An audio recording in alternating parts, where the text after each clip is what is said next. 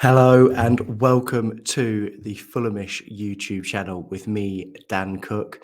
It is the 21st of August and Fulham have kicked into gear in the transfer market after the first game of the season. I think we were all excited, some positives, some negatives after the first game of the season, but one key takeaway from everyone was that this squad was not fully fleshed out yet and there was still work to do. And my God, have we got stuck into our work.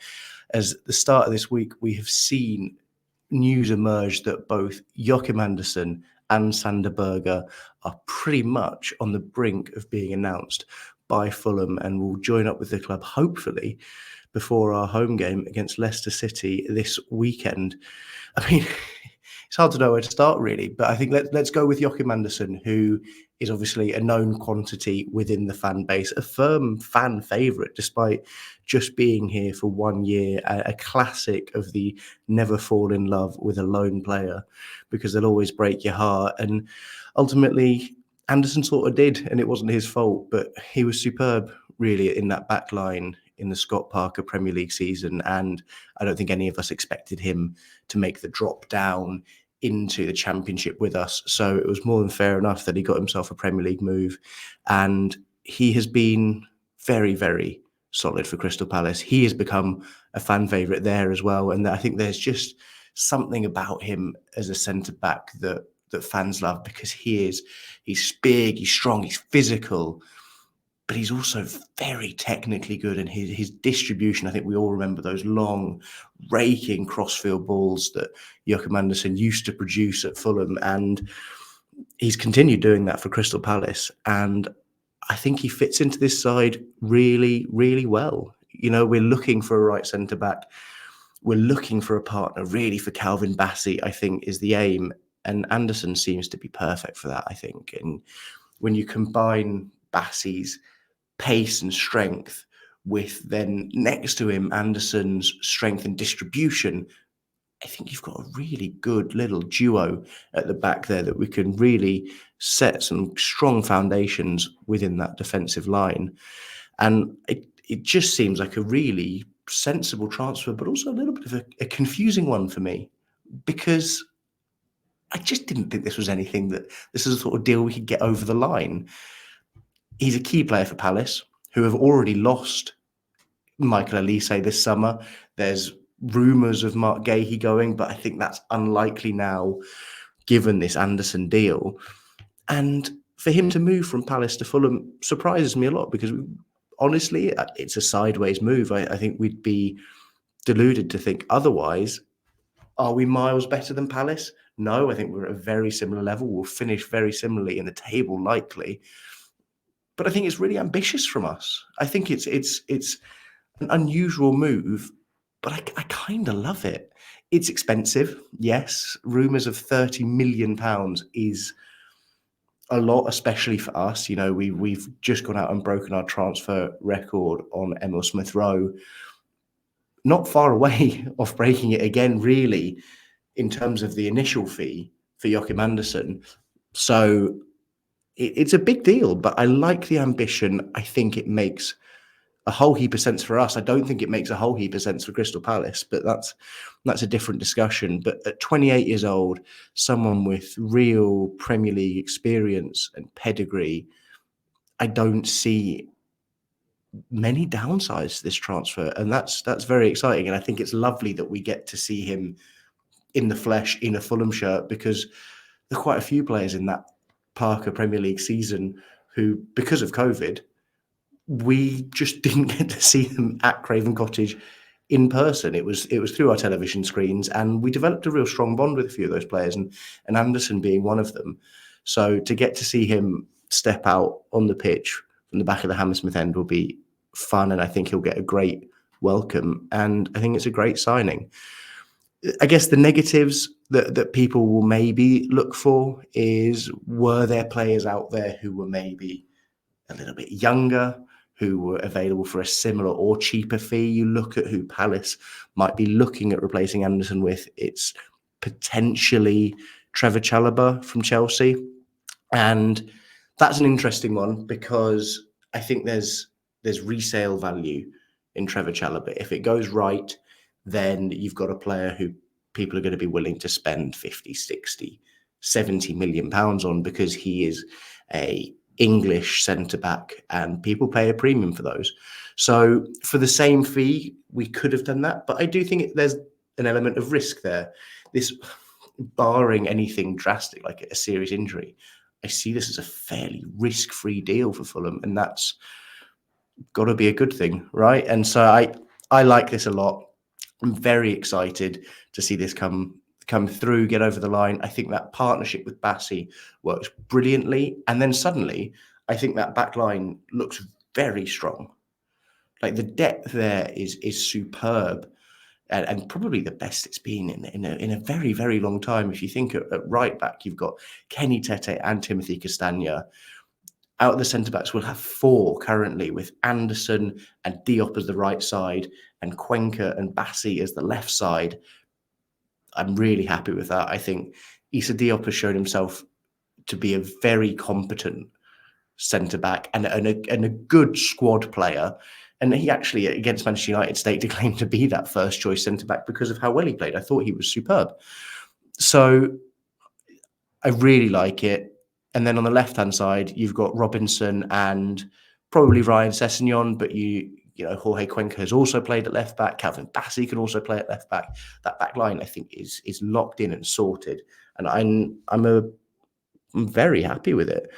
And if we move forward to look at maybe perhaps the slightly more unknown quantity, but has stoked some excitement over the past couple of days, Sander Berge coming in from Burnley for somewhere in the region of 20 to 25 million pounds. It's an interesting deal and one that just popped out of nowhere again. Fulham have been moving quietly in this transfer market, and I kind of like it because there's nothing more exciting than, you know, you're scrolling through Twitter and suddenly there's a tweet from David Ornstein that says, deal done. Sander Berge is coming in. It's official. He's coming for a medical tomorrow. And you think, hang on, we've heard nothing about this up until now. And suddenly he's at Motspur Park doing a little bit of a run on the treadmill and getting into the club. I think it's fun and it's exciting. And I think I really like this one as well. And at risk of getting carried away, I just think this is a smart signing and one that I can see fans being uncertain as to whether this is the right move for us or not. I think people throw up this idea that he's got 2 relegations on his CV, which, you know, is fair and is true. But you look at the Sheffield United team he was in, you look at the Burnley team he was in, how much of that was his fault? And actually, I'm pretty certain he came away last year with Burnley's player of the season. So that speaks volumes. And, you know, we're a club who have got players who have thrived under us, despite having relegations on their CV. You know, Alexander Mitrovic, classic example, you know, 2 relegations with the club. But I don't think anyone would say he wasn't Premier League quality.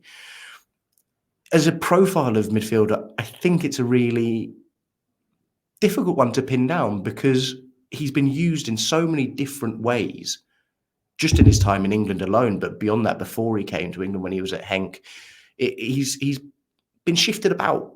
That sort of, if we look at the midfield as a trio, he's been shifted about everywhere. He's played at the base of it as the number 6, if you will, the deepest midfielder. He's been played as that box-to-box, getting up and down the pitch, and he's been used even further forward as sort of like an attacking midfielder.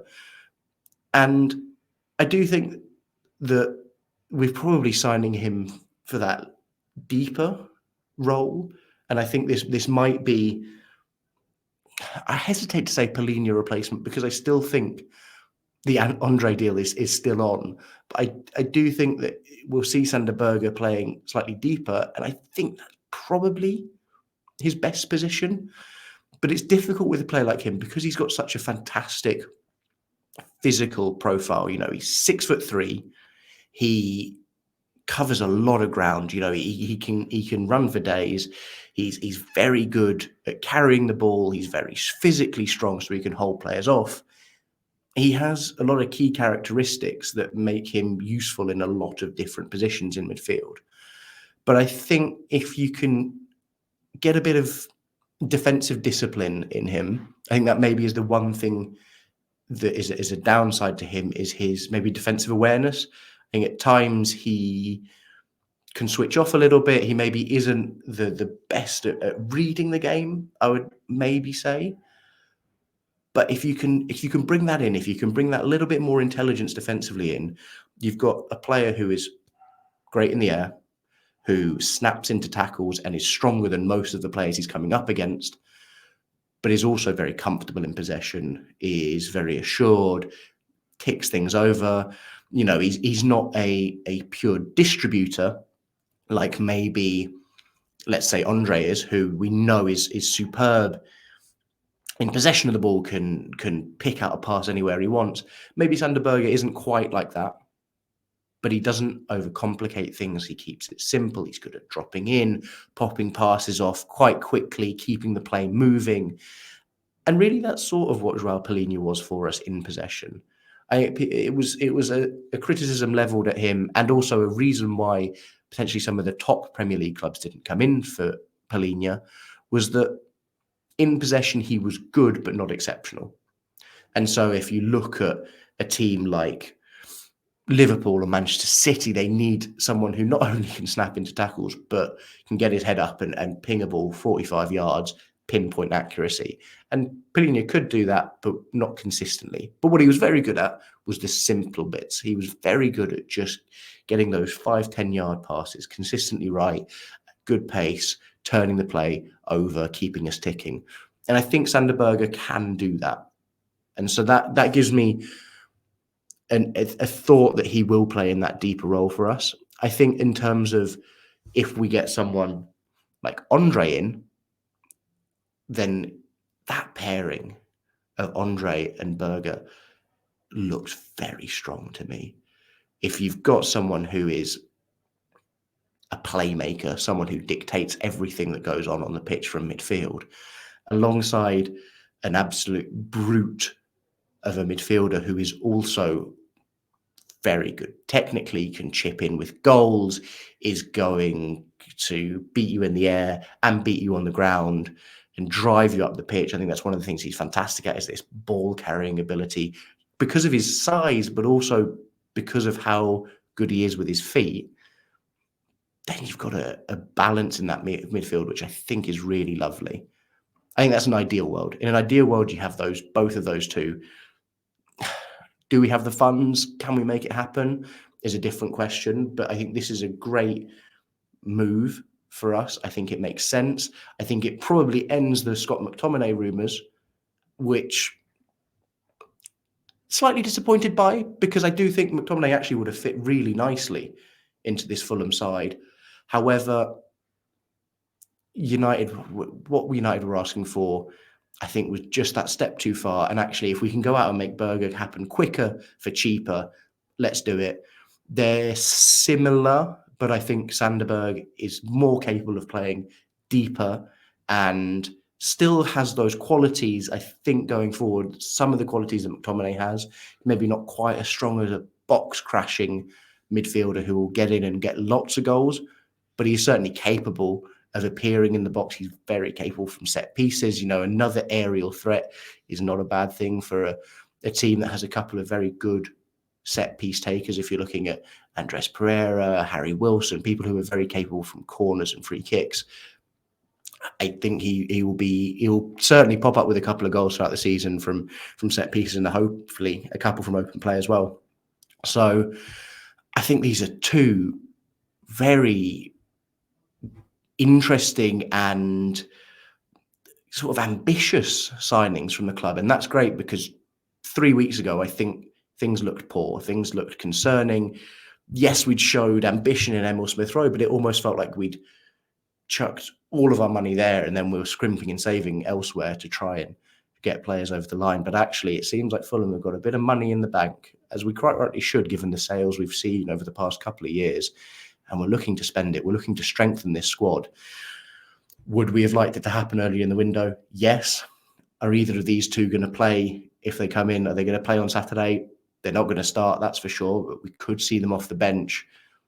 But when you look beyond that, when you look, up to Ipswich away and then back when we come from the international break, I think you've got two players who are ready and proven in the Premier League, and that only makes us stronger. It's a safe couple of moves, which I think is also important, because we've got to be realistic and say that we are currently a little bit of an unknown. We've lost key players over the past couple of years, and we've got replacements in the team who we know at their best can be good enough, but how often do we see their best? And so I'm thinking Rodrigo Muniz, I'm thinking Adama Traore. We've got players in there who we know can do it, but how consistently can they do it is a big question. And we need a bit of stability in there just to shore up. And I'm not saying that we're anywhere near favourites to be relegated, but I think you bring two players in like this and suddenly you push yourself from a team that's maybe looking at 14th or 15th, and then suddenly I think we're looking upwards. Suddenly 10th, 11th, 12th feels very feasible if you get Andersen in to be the bedrock of that defence. You get Sander Berge to make us strong and physical and just better in midfield.